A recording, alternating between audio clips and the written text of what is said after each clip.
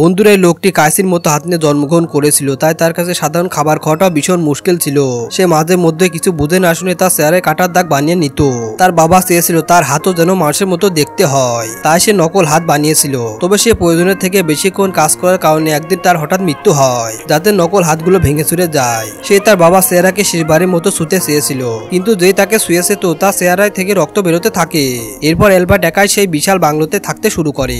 যখন কিনা একদিন সেই বাংলোতে একজন সেলস হিউম্যান পৌঁছে যায়, এলবার্ট তাকে দেখে অন্ধকারে চলে যায়। তবে ধীরে ধীরে সে বাইরে বেরিয়ে আসে এবং তার কাইসির মতো হাতগুলোকে সামনে দেখায়, শুধু একটু সাহায্যের আশায়। মহিলা যখন জানতে পারে এলবার্ট একজন অনাথ, সে সিদ্ধান্ত নেয় তাকে বাড়িতে নিয়ে যাওয়ার। এলবার্ট রাস্তা দিয়ে যাওয়ার সময় বারবার বাইরে দেখছিল।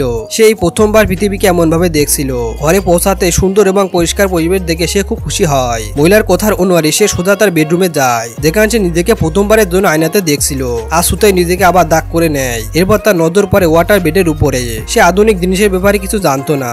যে সে শুয়েছে তো ছিদ্র হয়ে পানি বেরোতে শুরু করে, যাতে সে ঘাবড়ে গিয়ে তার উপরে একটা পুতুলকে রেখে দেয় এবং জলদি জলদি প্যান্ট পরার চেষ্টা করে।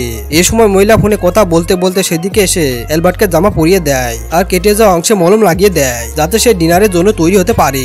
ডিনার টেবিলে সে অনুভব করে তার দ্বারা একটা চামচও ধরা সম্ভব নয়। সে যে খাবারকে মুখের কাছে নিয়ে যেত সেটা পড়ে যায়। মহিলা তাকে আত্মবিশ্বাস দেয় এবং বাটার দিয়ে তার কেকের উপরে লাগাতে বলে, যেটা সে ধীরে ধীরে খায়। পরের দিন যখন সে বাইরে আসে তো মহিলার হাজবেন্ডকে কাজ কাটতে দেখে, যেটাকে কিনা সে নকল করে কাটতে শুরু করে এবং ঝোপঝাড়কে একটা সুন্দর ডাইনোসর বানিয়ে ফেলে, যা দেখে তো হাজবেন্ড চমকে যায়।